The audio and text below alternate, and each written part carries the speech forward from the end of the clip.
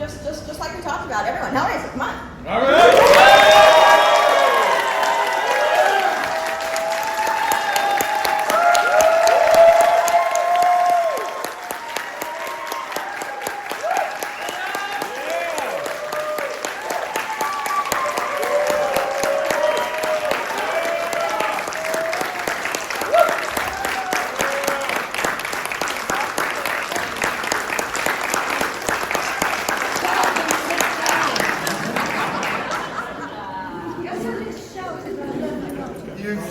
I did. That's a bit previous, isn't it? A bit previous. A bit previous. Come in here with your fancy ways. Come on then.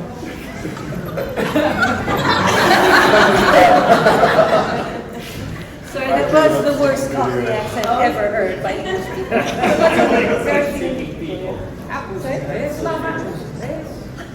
Going up the apples and pears, why am I dicky doing it? And the glass. I just let you guys run with it, guys. Okay, I'm gonna start. Yeah, Barbie, behave. So I'm gonna start by asking some of you guys some individual questions about things that are not Hellraiser related. All right? And okay, are you ready? I was saying the same thing. And then we will move on to audience questions because I know they got some. Okay, let's start with you, sir. You. The legend yourself. The legend in his own mind. So, sir, we are at a horror convention, and Hellraiser is not the only beloved franchise. You were a part of the Child's Play franchise. Yes, it was. Child's Play 3, everyone. He was really good. Yeah, great character. Terrible. It was a comic turn. Anyway, I laughed when I saw it. Me too. Yeah. It was great. How was filming that? It's fun as it looks. Except one thing, it was creepy working with that fucking little, and then all the guys on the edge of the set on their computer consoles and so forth, moving an arm, a leg, or whatever, and then everything darkened, and then this thing coming towards me. I thought, this is creepy. This is scary. So yeah, but it was good. It was good. Can I get a presto, you're a ball? Presto, you're a ball. Oh yeah. Sergeant Botnick. He was a beauty. Simon, can we talk about Nightbreed? You can. Yes. How was your experience filming Nightbreed? Nightbreed was a joy not to have the possible makeup. Not to have to get up at 3 in the morning to get into the makeup chair, to kind of swan in at 8 o'clock. Amazing. And to have prosthetic nipples.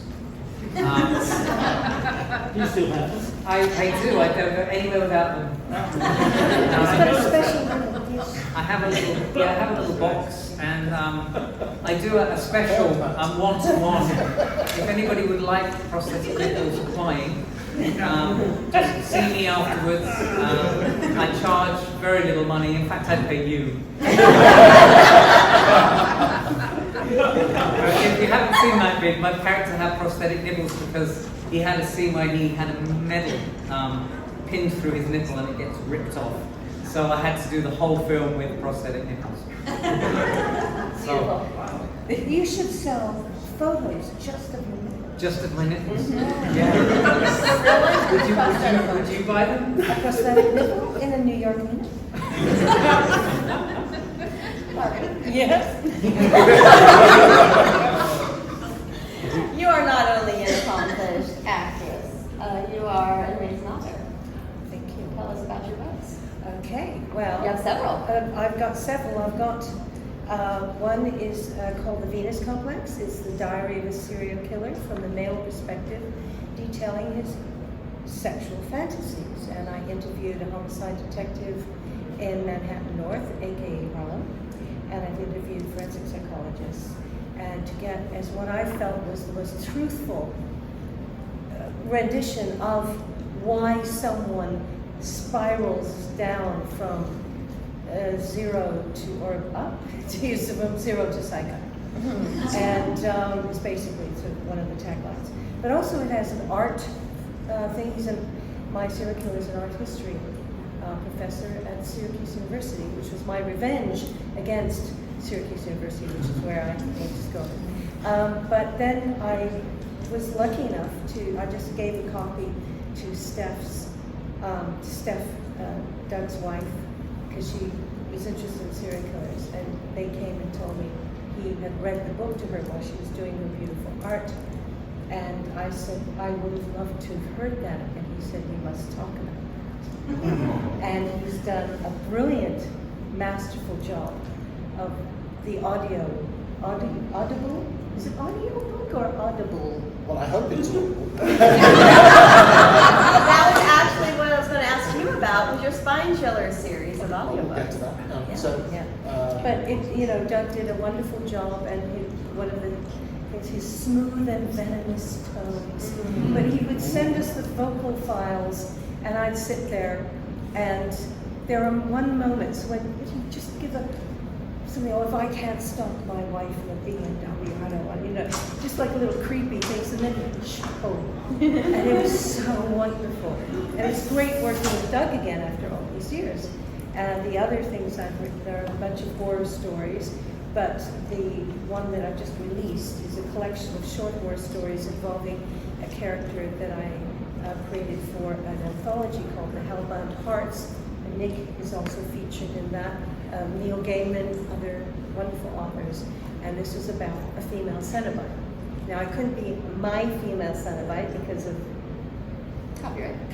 and stuff, movie rights. So I created a different one called Sister Celise, and they're currently with Clive's blessing, being making a graphic novel out of that. But I have a collection of all 4 short horror stories involving her beginnings from a nun to a Cenobite, getting her own box together, and then because she's tired of playing the second banana tube.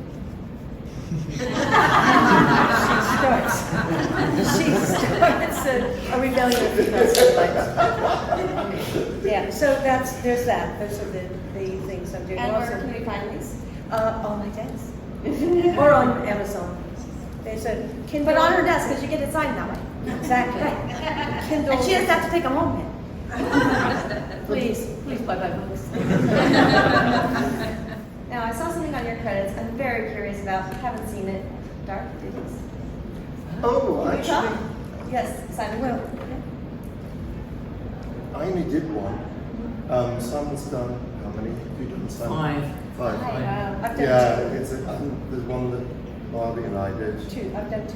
Barbie's done 2, Yeah. so I only did one with Simon, Barbie, and Ken Cranham Ken Cranham, and Ollie. Oliver Smith, Oliver Smith, Skinless And Frank. Stuart Moran. and Stuart Conran, who was the 16-year-old makeup runner during the making of Hellraiser.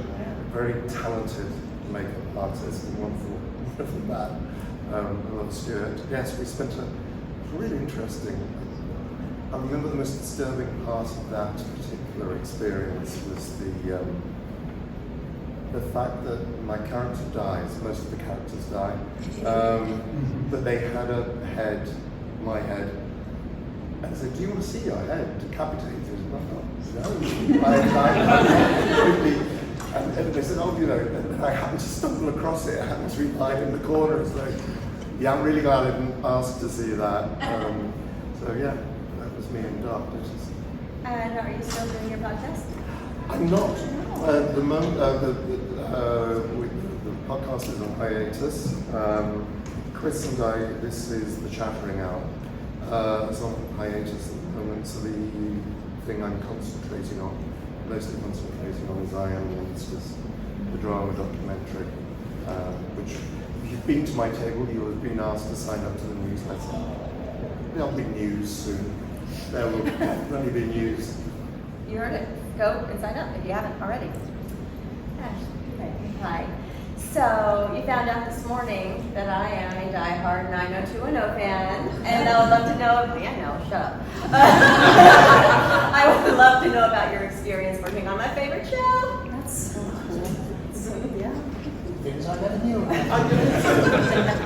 Well, yes. So the precursor to that, there was an episode of something called Monsters, something, and I worked with Tori, and she was still a teenager, and we were around a campfire. And Tori Spelling? Yes. telling terrible stories that come to fruition. And so a couple years later, I go in and Luke Perry was directing, and then Tori saw me and she's like, I want you in this because we had bonded. So I played a girl who had gone to school and terrible things had happened to her. She'd been molested by the drama teacher, who then gave us all fobs with the happy sad masks, because that's what you do, because it's not noticeable at all. You give a fob to every victim, and so no one believed me except for Tori, and I showed back up drunk, kind of outing him. But then they were like, oh no, she can't drink because that meant then she deserved what happened. And you can't wear a dress. I was like, dude, really? So then they kept going back and forth about what was appropriate, because morally they were so somehow blaming the character on 90210. It was very interesting, even that far along, to still. When was this? When was it? It was like season 9, I think. It was towards the end. So later, was that late 90s? 99, 90. Yeah. Yeah, so I remember them having to wear a little cardigan because otherwise somehow she was culpable, which is really crazy. Wow. But the group was amazing. Yeah. Like it was very fun. But they, you can't cry with real mascara. It's waterproof, like pretty, that kind of thing. So it was Pretty people with problems. Yeah. problems. Yeah. Yeah. So You are also a very accomplished artist. Can you tell us a bit about your art? yes, I have drawn and painted since I was very small, and I was the odd kid in school, and I'm shy, so if you can draw, people came to you, and then you could draw through family events or anything uncomfortable, it became so that people came that way. And mostly during the pandemic, and then I was on Joe Bob and The Last Drive-In. He's a friend, and right before we shot, he's like, I have pictures of your art, and then he showed everybody like Kevin on a stick and things like that. So Back on the Geico. yeah, He's very keen on Geico. on the Geico lizard. Because there was a love affair with the guys know the little animated lizard. Yeah, so we had a full-on love affair in this commercial. Finding on YouTube, it's quite heartbreaking. It was some of the most fun I've ever had. It was great. Two I ladies. interrupted, you're supposed to be talking about art. No, two ladies came up to me and they were like, Lizards. you and that lizard, that's horrible. I thought she was kidding, and she wasn't. She was like, bestiality. I was like, you should have seen her honeymoon.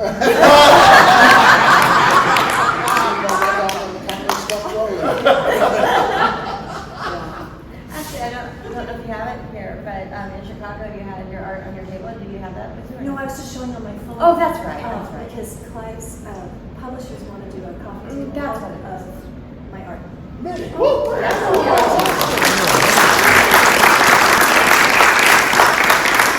We've got a sale right here, sweetie. What? I want a copy of it. You You're do? astonishing. Me too. Wow, yeah. So I think all of us do. Yeah, She is. oh, yeah. She is. Yep. Maybe get a group discount. Oh, look at that. I don't want discount. I want everything she needs. I want her to get everything she deserves. Yeah, Yes. so richly. Yes, We're all absolutely. very lucky that we have this. Yes. Yeah. All right, last but not least, of course, our pinhead. Okay, give it up.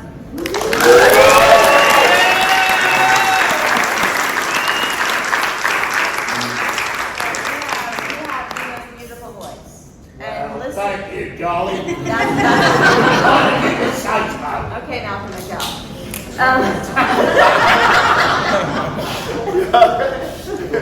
There we go. That's what I was wanting.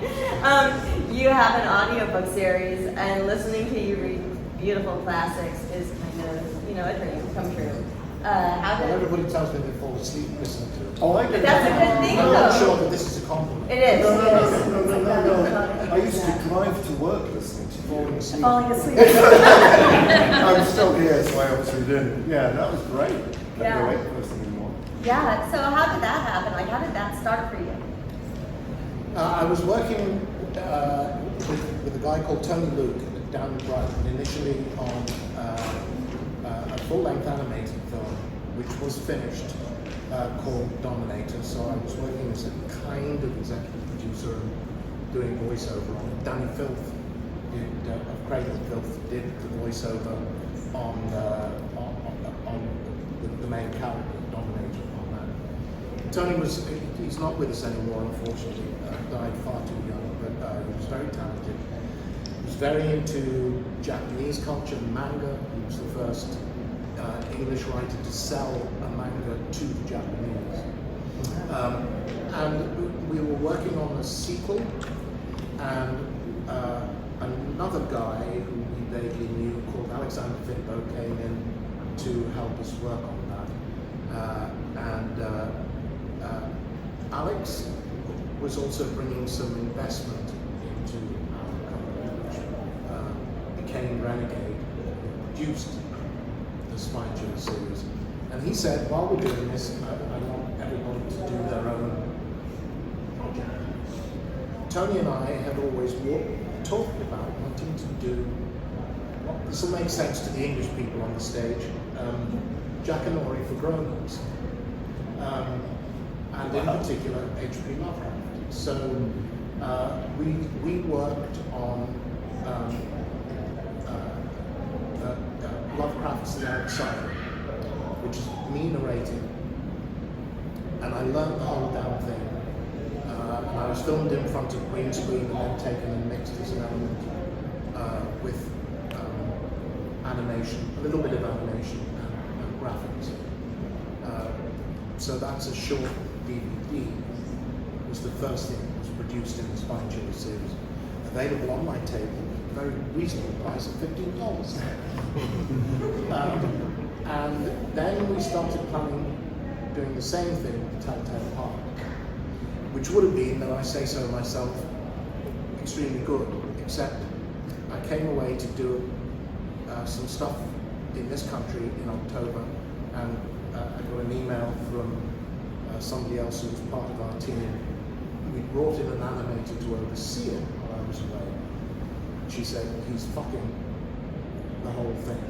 And he was. I won't go into the technical reasons why. But the Telltale Heart is in limbo. It may happen or not. Alex then said, it seems to me there's a cheaper way to do this, which is just to do audiobooks. So I was in and out of the studio. We were doing classic horror stories, basically everything that was, in public domain, and it ran in the end to 13 volumes, all of which, and the box set, are available. And one of the proudest moments of my life was I was in, I think, Toronto or Montreal at a show, and Guillermo del Toro to my table to tell me that he listened to Spine Chills with his daughter on the school run, and told me he thought they were remarkable. And I was kind of gasping goldfish. So that came to a natural conclusion, those 13 volumes. I sort of carried it forward onto my YouTube channel, where I've continued to do that. That was kind of born in lockdown, inspired by Sir Pat Stew, who started reading Shakespeare's sonnets during lockdown, sonnet a day. And I thought, I read at a very early age, and as soon as I could read, I read aloud, because it always seemed to me that the words wanted to be spoken. And so for all of my life, I've been considered slightly insane, because Steph finds me sitting reading aloud all kinds of stuff, fiction, non-fiction. So I thought, well, this finally gives me a reason to sit in a chair and read aloud and get away with it. Nobody will think I'm crazy. So I started with Mary Shelley's Frankenstein as a serialization, and I've done lots more stories. If I wasn't such a lazy bastard, I would have done a lot more, and I still intend to. And I want to, the next serialization I want to do is Dr. Jekyll and Mr. Hyde. So that's my YouTube channel. Lots there to fall asleep to. It's a bedtime story. All right, do we have audience questions? Hey everybody. Stand up. I just want to talk about sex for a minute. Let's talk about sex, baby. So, when Hellraiser first came out, I was a very young, coming out gay man. When I was a teenager, I got like the kind of artwork I was attracted to. The first time I saw any Tom of Finland greeting cards or stuff like that, and things like that, I just honed in on that. And then when I saw Hellraiser, it just lit up a lot of my sexual awakening. Pinhead is in my opinion, and I think I'm right, is the sexiest monster that has ever been.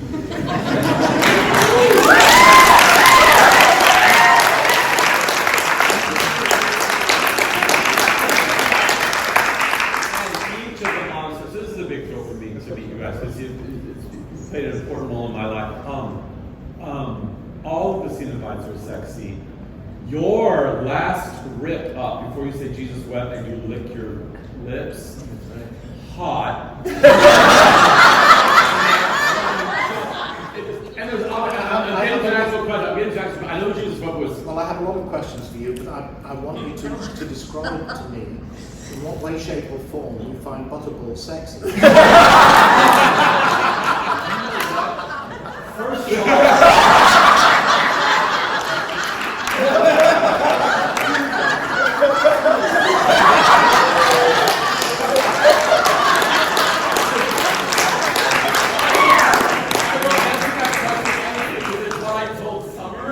We walked by his table.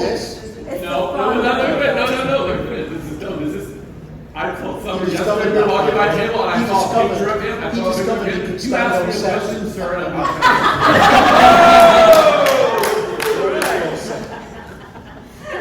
Never mind. I walked by the table and I looked at his picture and I said, "Oh, I never knew why Butterball was also sexy until I saw the picture. It was who was underneath it who was playing it."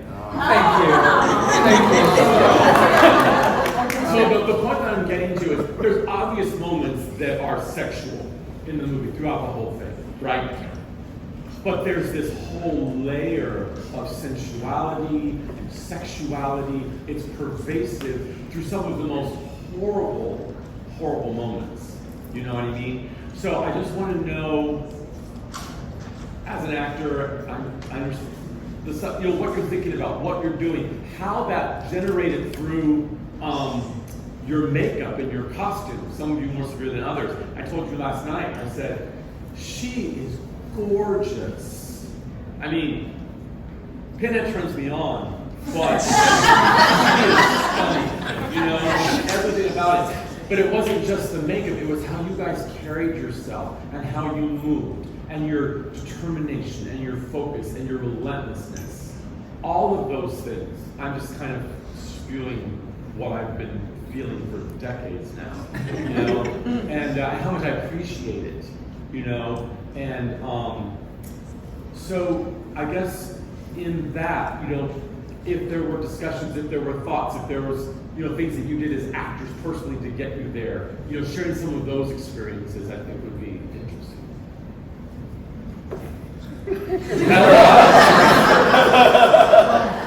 No children. I've been holding on to this for a couple of days. Date? It's one of the things that alarms me about having so many children come to the table, or people now, probably most of you, tell me, I saw your movie when I was 5, I was 7. And I think to myself, what the fuck sense There's a guy, I don't know whether he's here, yesterday. He said to me, my dad took me to see Hellraiser 3. That was the first time. And I said, okay, cool. What age were you? 3. He said, what? Anyway, so Hellraiser is transgressive from start to finish, but a lot of it is under the radar, I think.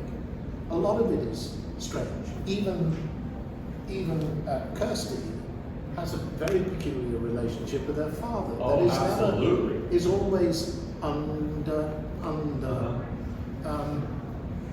Pinhead wears a skirt, and it was actually, you know, it was just part of the costume to me. We were actually a little bit away into filming before I thought, this is weird, isn't it? I've got this kind of auto crucifixion head, and all this leather and muscle and butch, and then skirt. And it softens the image down. I don't know why it turns you on. I can't. That's for a discussion. I have told this story, which is when we were filming Hellraiser 3, and we just finished. I think it was a night shoot where Pinhead wipes out the whole of the nightclub. Yeah. So lots and lots of extras.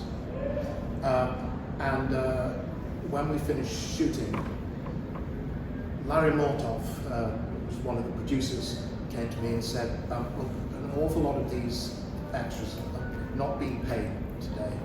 They're here principally because they've got a chance of being in a Hellraiser movie and being in a scene with you.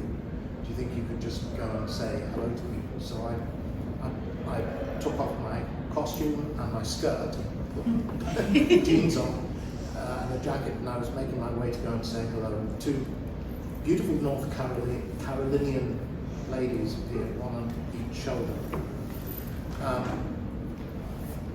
And I said, hello. And one of them said, we were just wondering what it'd be like to have your babies. And I said, oh, well, the first thing you should know is that the pins go all the way down. And I paused for breath. The voice on my other shoulder said, we were kind of hoping. So to each their own. Just like to say, you are not alone. I have met other people fantasies based around the Seven Lights. And I'm sure, I'm told this story, I told the story in the show, that one of the magazines, I think it may have shown Doug as well. PFIQ. PFIQ, Piercing Fans International Quarterly. And I did my research on this so that in I Am Monsters, I managed to reach out to the editor, who is still with us, and basically described the image that has haunted me for the last 30-odd years. One I'm thinking of is making Yes, exactly, that one. And he said, oh yeah, I did very certainly the guy's past. I know exactly who you mean. So I have got the front cover to that particular edition in the movie. It's so obvious. I think Doug's absolutely right. It is understated.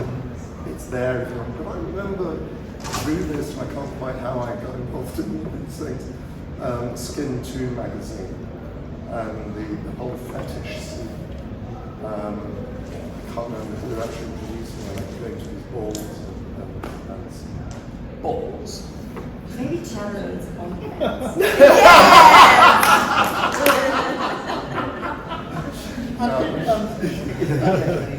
Body piercing was much less common than it is now. You know, with safety pins and so forth in the punk era.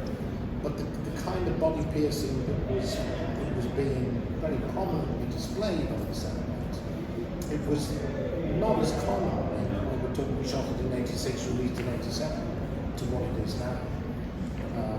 There was a different version of Pinhead. I was shown two versions of Clive's sketch, and the other one was very much more African tribal, you know, with the ear things, and the skull was less formal.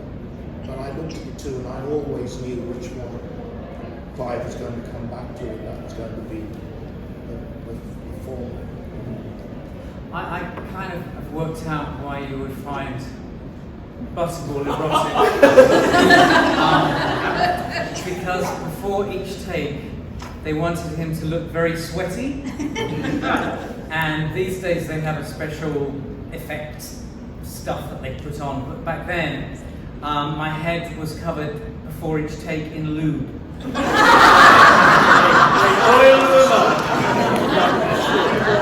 I was KY jelly. Our costumes all day long were lovingly slathered with glycerin and KY jelly. And a little bit of Kensington gore as well. A little bit of blood. They have some blood. We did. We had to dip Oh, our but- fingers onto cups of blood before we went on set. Yes, that was. That's one of the sensations I remember, was the cold of the blood just before you went on set. What was the consistency of it? Like, Quite thick. Gloopy. corn Gloopy. soupy. Yeah, it's called Kensington gore. Yes. So, Well, it was probably Image Animation's own secret recipe. I remember I can't remember which one of the various members of the Image Animation team I worked with who said if somebody cuts themselves in the workshop, you hear nobody say, call an ambulance, get a plaster. The response is always, I've cut myself, quick, get a color match.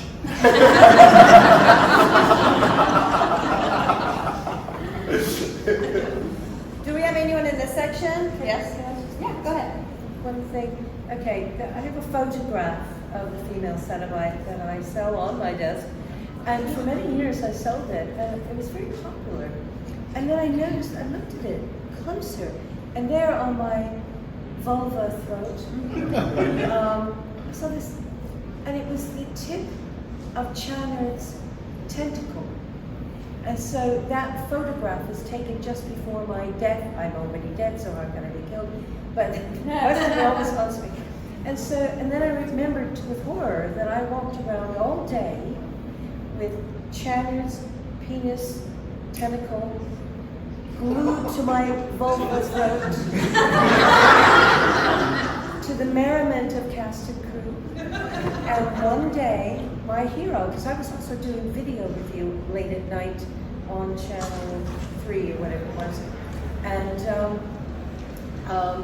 Barry Norman came to the set.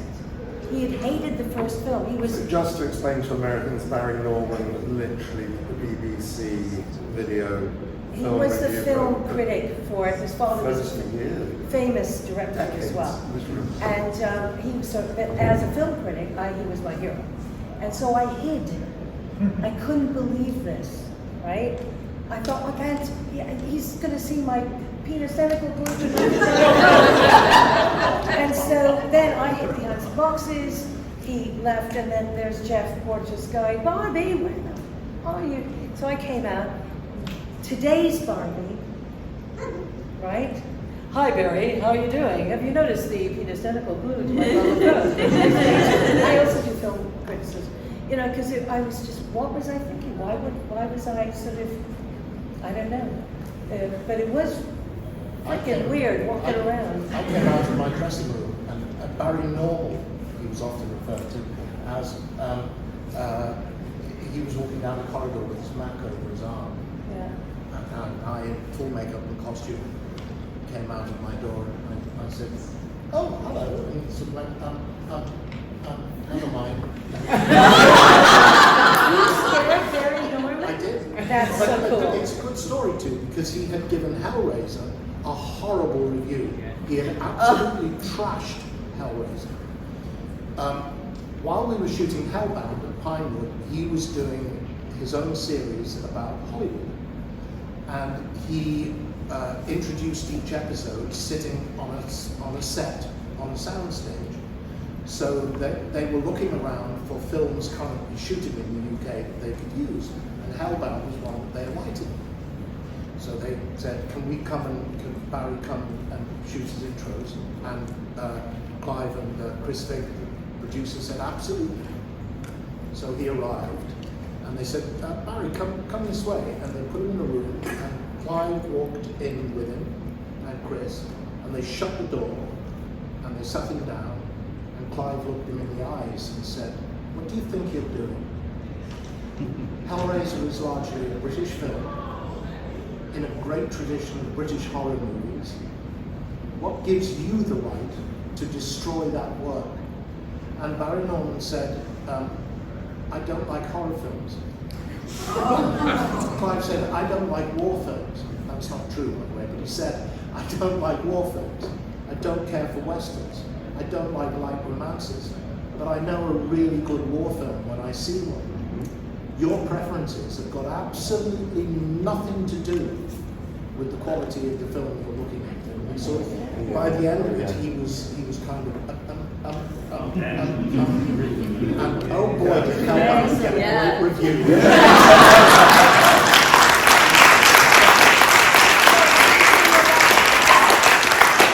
Hellraiser got a great review. And so it should. Yeah. It's brilliant. I didn't know any of that. And his review of Hellraiser 3 was the acting, Bradley accepted, is largely good. Oh, wow. Which was insulting to the other actors. But not to you. No, it wasn't. You have one right there? Yep, I kind of wanted to go back to what we were talking about a little bit with the costume and the makeup inside. I would love, I know we don't have time tonight, but if each of you could just mention something that stood out to you in that process, because I'm sure it was very lengthy. That would be awesome. You mean the application process? Yes, absolutely, yes. So putting on the makeup, the costumes, and I know you guys are the ones who. Oh, no. At the end, when I'm pulled apart. Yeah. And then have to put on the skin. Right. That was, I mean, the process of doing that pulling apart thing, where they had to give me a life mask, and then they had these little holes where they ripped with chains and stuff. I mean, all of that. It was just the worst day of my life. It was fucking horrendous. Well, The guys we were had really one sweet. day. Yeah, no, exactly. But it was like one of the great moments ever. And one of the happiest moments I've had of acting is coming down the stairs and putting on poor Larry's skin and making sure everything was in place. Yeah, that was fun. I loved that. You know what I love? I always think of this. I knew exactly when you were Frank, even though it was you, because your eyes changed. And I don't know how the hell you Well, managed to do that. that may have been because they put brown contact lenses in. I'd like to say it was great acting, Sean. Blue eyes, and then my eyes turned brown. How do you like that? No, sorry. It was the acting in your eyes. It was the way you looked at her so hungrily. Oh, It was yeah. that's not was Daddy. That's the way I always looked at it. That's why people were, these stories came about Kirsty and her dad. What's going on between them, huh? That was when you were Frank, Dad. That's The- right. With Dad's skin. And dad, yes, of course. Well, I just wanted to say I was a TV presenter at the time. I had enormous 80s red hair. I mean, what Claire, she was sure. It's like having a Very box of nasal. air on your head. And then the first time I looked in the mirror, and I was bald, corpse fleshed, vulva throat thing with the, and I went, "Where's me? Where's me?" I felt a bit freaked out. Where are my big shoulder pads? Claire's got them. And then I saw a breakthrough came, and I thought, actually, this is really powerful. What a powerful image. And it was, I guess, some people think it was beautiful in its own way. Who designed these effects? It was Bob, image animation. The Yeah? costumes I don't know were. who designed. We each They had worked with Clive. an artist responsible for each individually. But who did the makeup design? For your character? But Who was your did principal? Clive give you any visual clue, Oh, he any did. graphic clues? So Clive worked with, each of us had an individual artist, I think, who created. Jeff Clive Walters worked with them. I know Jeff worked with Clive on the design in her, Right. and then Jeff made I the can makeup imagine and Clive then got approval from not being Clive for involved. it. and then- Exactly. Yeah, Especially Nigel for the Lewis. first Who was your film. principal makeup artist? I'm Was it Mark? Mark. Marcouillère, who's got 2 Oscars. Three. Three? Yeah. Three, yeah. He just Wow. poor things. Oh, poor thing. And then Iron Lady. Iron Lady. And the third is. Laurel and Hart. Stan and Dolly. Oh, Yes. I didn't know that. Stan and Hart, yes. But he was this young, fair-haired boy who worked so intensely. Also, Little John did my makeup on the Yes. So Mark would have designed the female Cenobite working with Mark. Yeah. But it was the same thing with the whole getting a doodah of your head, and then they designed a doodah on my head. What does that even mean? Well, You know, they cover we your head. follow you. You know, we just get on the wavelength. You know, Yeah. sort of suspend. We're riding you the know, Barbie train. But you know, they cover you up with this gelatinous mass, and then wrap bandages around, and the bandages warm up, and the only input you have is the air through your nostrils, which warms up, and so you think you're going to be suffocated. And so I went, and somebody, it's okay, Barbie, we've got someone who's just clearing the. I thought you had straws in your nose, but no. No. And then you just have to wait there patiently, and then they crack it in half and pour the. Hated that. Yeah. God. Yeah, and they make you've got this little head of yourself, and then they design so it exactly fits your face. I still have a Polaroid which they took when they were doing my life cast. That point where you're sitting there in Oh, I've got that too, complete yeah. darkness. Yeah. Stripped to the waist. And they you completely. They keep talking to you the whole time. They put a flag in the top of my head and a pair of giant sunglasses on me, and they're all standing around me going. I was saying, not much longer now, Doug. Just. So when they freed me from the cast, they presented me with the Polaroid of that which I still have. One thing you probably haven't thought about is how a Cenobite goes to the lavatory. And it is something quite serious, actually, because Nick and I were both completely blind, and once we were glued into our makeups, we couldn't see anything at all. So our experience of going to the lavatory was being led into the gents, and then sensory, feeling where the porcelain was. But you could find the rest of it, right? We did. I was Easily. Yeah. What are you saying? You gotta learn how to do it in the dark. So just to clarify, the only time I actually had to, these guys wore skirts. We all wore leotards, which obviously makes a leotard. They had skirts. I didn't. I had trousers with braces on, but I had a jacket on top that was zipped up the back. Now, I learned very quickly, do not drink liquids, just everything. But there was, I remember, one moment, it was just kind of like, oh God, I have to do something. How the, and it was just pulling stuff and so that you could actually, I wasn't wearing a mask, but it was just, what the hell, how the hell did I did it cleanly, and I was very proud of that. Still over the floor, you'd be none the wiser. Well, this is, I was wearing. I was wearing a skirt, but I was attached to it. I mean, I had a leotard. leotard on, weirdly. I don't know why anybody thought this was necessary. And the leotard had the skin was on you, chest wasn't it? pieces and the belly button attached to the leotard, not in the back of the jacket.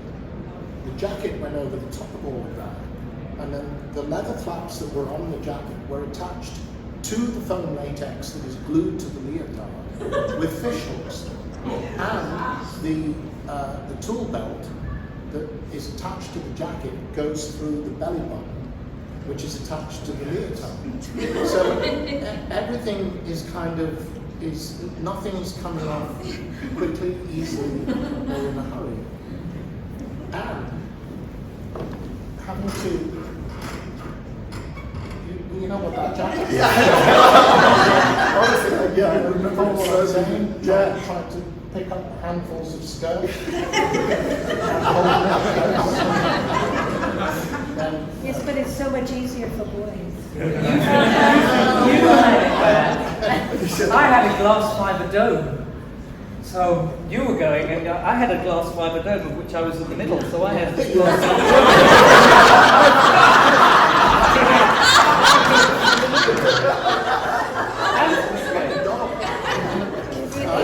Number twos were out of the question.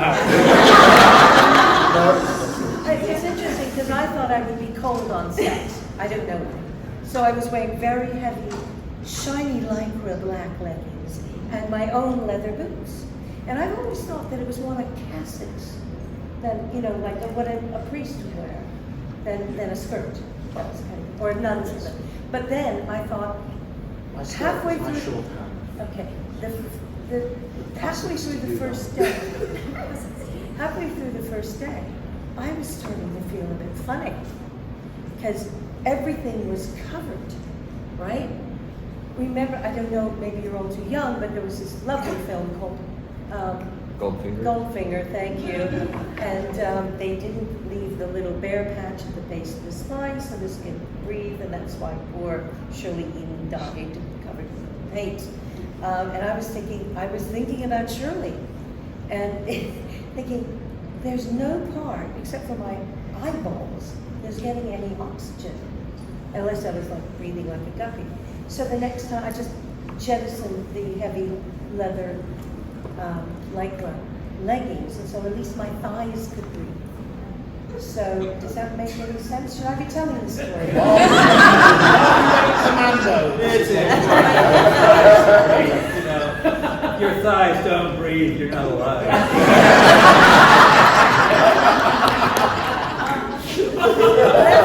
Someone asked another question. Yes. Yeah. So I read the Scarlet Gospel, and it blew my mind because you finally get to see just what the Hell Priest is truly capable of. And I guess I have two questions. The first one is, the entire time I'm reading this book, I'm picturing you and I'm hearing your voice. I'm wondering, first off, if you've read the book and what you thought of it, and second off, if that ever got made into a movie, because it's incredible if you haven't read it. Would you come back and do it? I have read it. I think it's brilliant. It surprised me. And the first level that it surprised me on was that, although obviously Hellraiser has a lot of talk about hell in it, Clive, it seemed to me, was always very, very careful never to define hell in relation to Christian theology. The devil is never mentioned. Satan is never mentioned. I always quote, and I always apologize to Mr. Milton because I will paraphrase horribly, but the preface to Paradise Lost, a work which I know was hugely influential on Clive and feeds into Hellraiser very much, along with Christopher Marlowe's Dr. Faustus. The mind is a place entire unto itself. And here's where I paraphrase, and capable of making a heaven of hell and a hell of heaven, to that effect. And I always thought that was where we were in Hellraiser, in Hellbound. When you go looking for Danny and you're told he is in his own hell, child, just as you are in yours. That always seemed to me to be, and I was very, I liked that we were playing in dark spaces in people's heads, but not worrying about Christian theology. And then Clive rocks up in the Scarlet Gospels and blows that to fuck. You know, it's Lucifer is in it, and, it's theological on a cosmic scale. It's like we were here, now we're there. I mapped all out, and Pinhead wearing Lucifer's armor. And then he dies. very throwaway kind of way. Yeah. I'd never allow that if we were making a Sure. film. I'd want a soliloquy. But the answer to the last part of your question is in a heartbeat. Yeah. It'd probably be $100 million movie. That fight between It would, the two it would Europeans. have to be big. Yeah. I had a conversation with Clive, one of the conversations with Clive during the like 20 years or whatever that the talk about remakes went round and round and round. And it looked as though it was going to be kicking up again. Clive said, I said to Bob Weinstein, I'm up for this, we'll do it. And in my opinion, we would be insane not to use Doug. But he was in his early 30s when he wore the makeup for the first time, and he's not anymore. And we shouldn't fight that. We should take advantage of it. We should make this an older Pinhead, a darker Pinhead, Absolutely. less in love with the glib one-liner. Because time and gravity have done to Doug's face what time and gravity will do, we should take that on board in the image of Pinhead that we present. And I thought, I just thought that was wonderful, and embrace that. So yes, it would need a big budget because there's extraordinary stuff going on, particularly in the last third of the novel. But would I do it? Try and stop it? Yes. Yeah. Awesome. And interesting trivia, when they leave Hell, you have to you can't really choose where you come back to Earth. They're watching like a stream of time, and they just kind of go, okay, there. And it lets them off in Prescott, Arizona, just about an hour and a half. Yes, it does. And they're not too happy to be. Yeah. There's not really much up there. So. Yes. But, Is that like being left in hell? a little bit. Especially in the summer. But we're putting it out into the universe. Yes. Yes. Maybe. All right, everyone, give it up. Woo!